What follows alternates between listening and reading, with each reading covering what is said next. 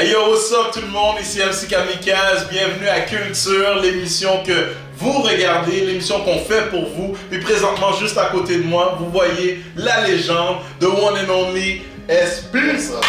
Yeah. En forme? Il est en forme, mon cher, merci La beaucoup. culture, man. Ah, c'est la culture, merci beaucoup d'être là à l'émission Culture, you know. Puis ça me fait beaucoup plaisir de te recevoir. Puis là, aujourd'hui, on va parler, ok, de toi, ok, spécialement de toi. Puis, you know, ce que tu as fait dans le game. Puis on va parler aussi de culture. So, SP, bienvenue à Culture. Yes, So, moi, j'aimerais savoir, ok, fait que tout le monde aimerait savoir d'où vient le nom SP, bro. Le nom SP, qu'est-ce qui est drôle du nom SP, c'est que on s'est pas donné ce nom-là, c'est un nom qui nous a été donné.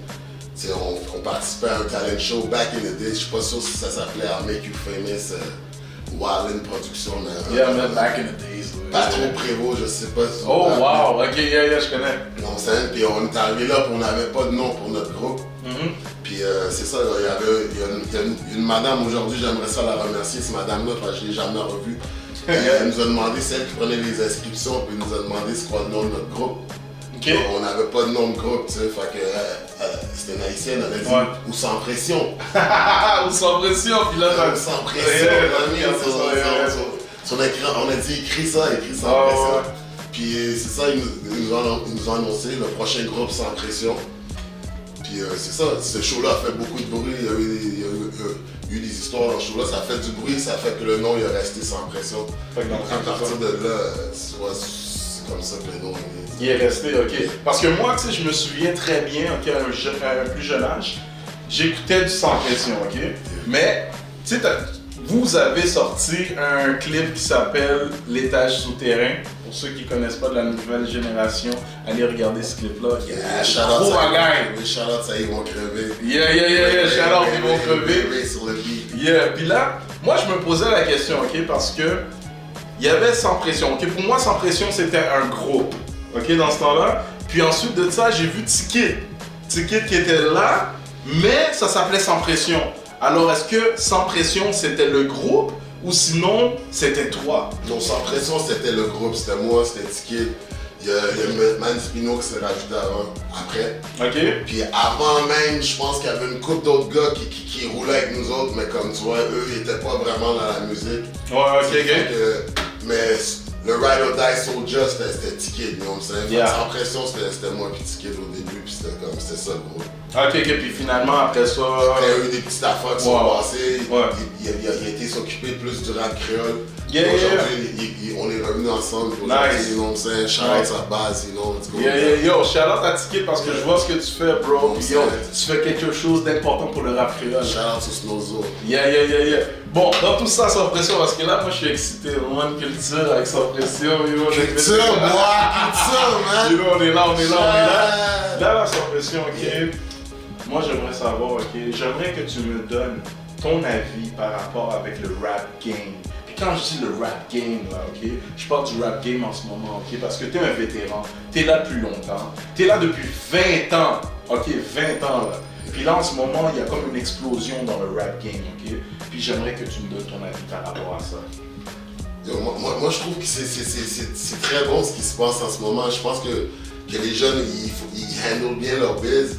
Il y a beaucoup de talent, la France, les États-Unis, partout, ils sont curieux de voir ce qui se passe ici. Fait que je pense que it's all good ce qui se passe en ce moment. Les réseaux sociaux ont beaucoup aidé aussi. La musique, la façon de faire la musique a beaucoup changé. Ouais. Mais pour certaines choses, c'est bon. Pour d'autres choses, je pense que c'est différent, quoi. Pour d'autres choses, c'est différent. Fait que... je peux aller à plein de places avec cette question-là, mais tu vois, en général, si tu me parles en général, je vais dire que il y a plus de positif que de négatif. Okay. Mais dans le négatif, ce que je trouve dans le négatif, si je faut aller dans le négatif, je vais dire que comme tu sais, je trouve juste que le rap aujourd'hui est moins, comme le message est moins important. Ok. C'est plus mainstream, tu vois, c'est comme... C'est ça, on peut parler d'argent, on peut parler de la culture, puis on peut parler aussi de comme, tu sais, la question est vaste. Oh, elle est vaste. Ok. Mais en général, Ok. I think it's all good. It's all good? Yeah, I think Good, the new good, good, generation is popping, man. Shout out à la relève. Nice. Puis dans tout ça, ok, toi en tant que vétéran dans le game, ok, en tant que vétéran, qu'est-ce qu'il faut pour que tu restes relevant? Comme qu'ils disent en bon anglais, Owen, qu'est-ce qu'il faut pour que tu restes relevant, pour que le monde continue à te suivre à travers ton rap? Moi, pour vrai, j'ai pas vraiment de secret. J'ai jamais eu la grosse machine derrière moi comme des gros bookers ou des grosses affaires. Tu sais, comme moi, honnêtement, la façon que j'ai resté dans le game toutes ces années-là, c'est que j'écoute mes fans. Yeah, ok. Je l'écoute moi-même, j'écoute mes fans aussi, puis je fais ma musique pour mes fans. Tu vois, c'est ça, il faut que tu t'occupes.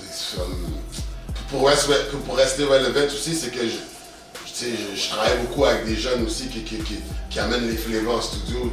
J'essaie pas de rester avec les vibes old school. Puis comme, parce que quand je travaille, des fois je travaille avec des old school puis sont trapped in time. Yeah. Sont pris ils ont besoin d'un time machine parce que c'est la merde ce qu'ils font aujourd'hui les gens.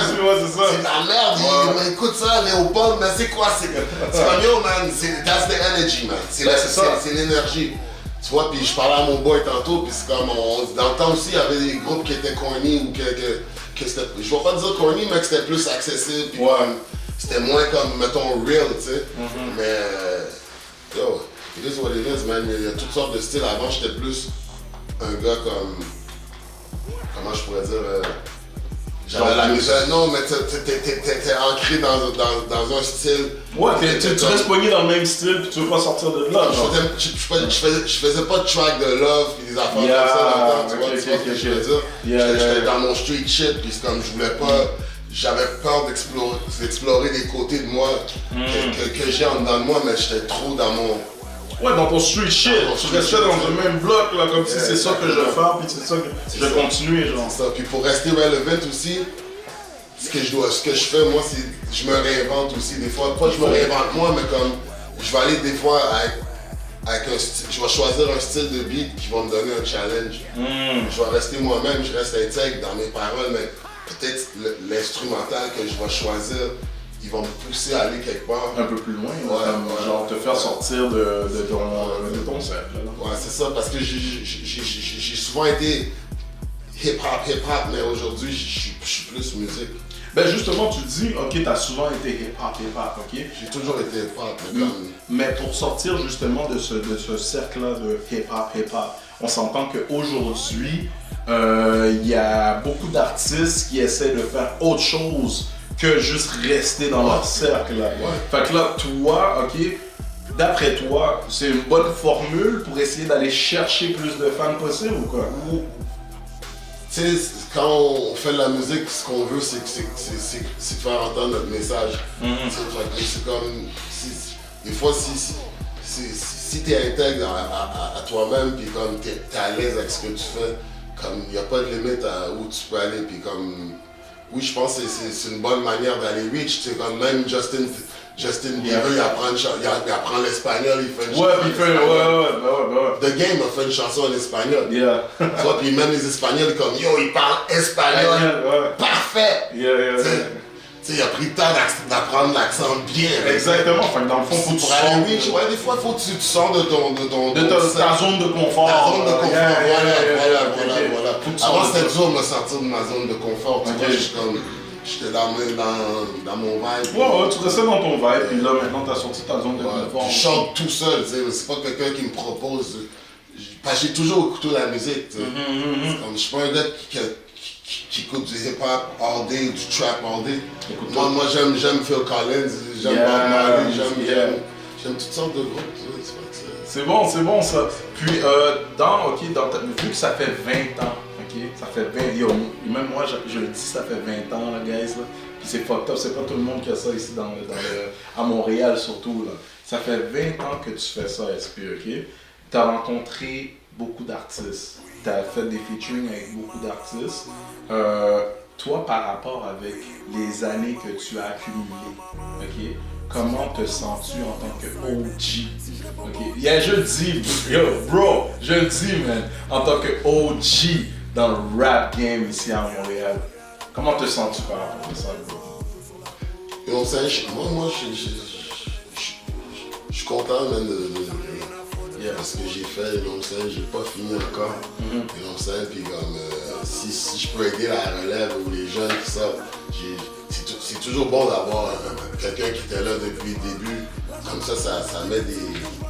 Ça met des. Comment je pourrais dire? C'est parce qu'il y a beaucoup de monde, il y a beaucoup de monde qui était là quand j'ai commencé, qui sont plus là, tu vois. Puis c'est important même il y a une histoire dans cette époque québécoise, il y a une histoire, tu sais, il y a une culture derrière ça. Cheers to that. Cheers to that, des fois le monde oublie, mais comme au début même, c'est comme moi quand je suis rentré dans le game, il n'y a pas grand monde qui rappelait à.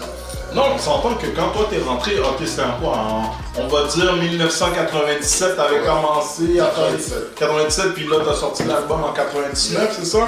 Fait que quand toi t'étais rentré dans le game, ok, il n'y avait pas beaucoup de rappeurs québécois, puis qui passaient à Musique Plus, qui passaient à telle émission, nanana.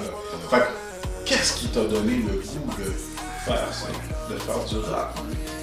Mais honnêtement, j'ai commencé breakdance avant, tu vois. Oh shit, ok. Je faisais du breakdance avant, comme quand j'étais jeune, vraiment jeune, jusqu'à peu près 13 ans, je faisais du breakdance.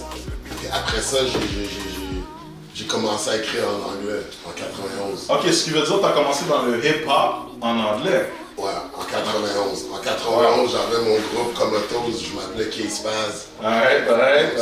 Le K-Spasm, Close to Comatose. C'est ça, pas 91. Yeah. Alright. Puis j'ai fait du rap anglais jusqu'en 96. Ok.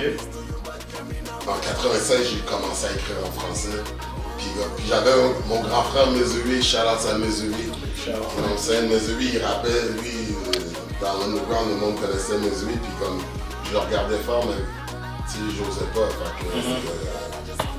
C'est ça, en 96, j'ai commencé en français. Qu'est-ce qui m'a vraiment donné le goût, c'est comme, il n'y avait pas beaucoup de groupes. Il y a MC Solar qui est arrivé à un moment donné avec Guru. Ok. Yo, rest in peace, Guru, man. J'ai dit aujourd'hui, je donne des shout-outs, man. Rest in peace, Guru, man. Gangstar, man. Salute, man. Tu sais, il y avait Gangstar qui est arrivé avec MC Solar, The Good and the Bad. Ça m'avait déjà comme allumé un peu. Après ça, il y a eu MRF, le mouvement rap québécois, et non, sans shout-outs à mon oncle. Mais celui qui m'a vraiment comme donner un boost là. Le boost là, c'est Casey LMNOP, man. Ta gueule! Je suis désolé. Sorry, mais c'est ça, man. C'est ça. Je suis désolé, Casey LMNOP, c'est lui qui m'a comme donné le boost là. Sans savoir. Yo, bro, tu sais, excuse-moi de me couper là. Mais on parle de Casey LMNOP, ouais. Yo, ce gars-là, moi j'étais jeune, parce que moi j'étais jeune, puis la seule affaire que j'entendais c'était ta gueule. Lui t'as dit qu'il reste en vie. Ok, bon, on va revenir à l'entrevue là. Mais oui, ok. À partir de là, Casey t'a donné un boost. Ok, là tu t'es dit comme ça, you know what, fuck it, je vais commencer à rapper.